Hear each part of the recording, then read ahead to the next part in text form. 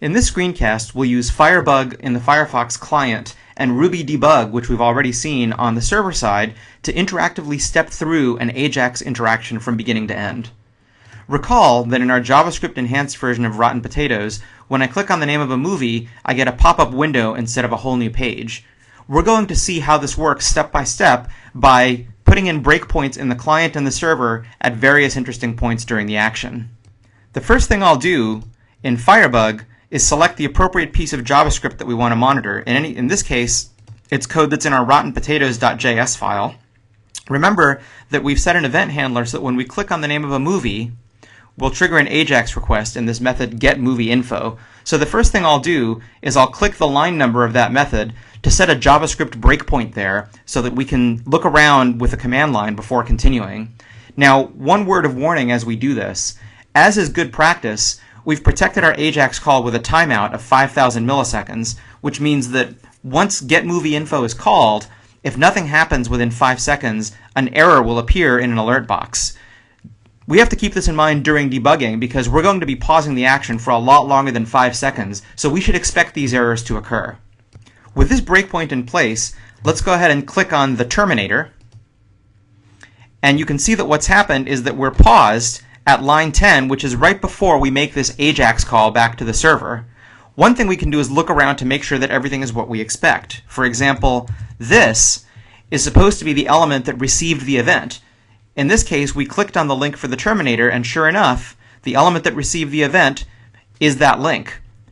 It looks like our AJAX call is going to try to derive the URL by looking at the href attribute, which is the target of the hyperlink, and if we want, we can indeed check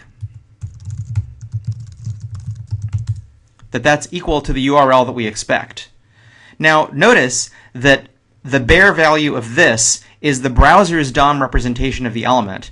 When we call $ or jQuery on it, what we're getting back is the enhanced jQuery object that we can call all of these convenient functions on. So as a general rule, you'll almost always see this surrounded by the $ call so that we can wrap it in the jQuery object.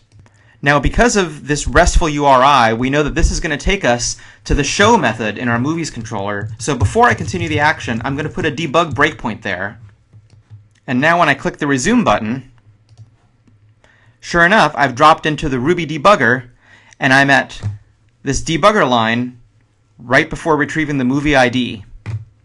Now here, we could sniff around to our heart's content, but what I'll do is I'll just step through the next couple of lines, and I'll make sure, before continuing, that the lookup of movie returns what I expected, and indeed it returns the terminator. And I'll also check that Rails believes this is an XML HTTP request as opposed to a plain old HTTP Web 1.0 request. Notice that the value of request.xhr is 0, which is fine. That's a true value in Ruby. So Rails believes that this really is an XHR request, and the last thing that we're going to do is render the partial and send it back to the JavaScript in the browser. So at this point I'll continue in Ruby, but as we expected, there's an error because everything timed out. But now that we're satisfied that our controller method is working properly, we can go ahead and remove the debug breakpoint from the controller. We'll remove the debug breakpoint from before the AJAX call, and instead we'll set one in showMovieInfo, which is the callback function that will receive the response from our app. So I've scrolled down and I'll set a breakpoint at the first line of showMovieInfo, and now we'll try the entire interaction again without the server-side breakpoint. Sure enough, here we are at line 20, so something has happened. If we hover over the data element, we can get a preview of what got passed back. This is the information that was the response to the XHR request sent back by our application. But we can also just print it out and see that indeed it looks correct. And what's going to happen next is that that's going to be put into the MovieInfo div, which is going to be positioned on the screen, and the data that we just got back is going to be inserted into it as HTML. So if we continue, voila, our JavaScript interaction is complete.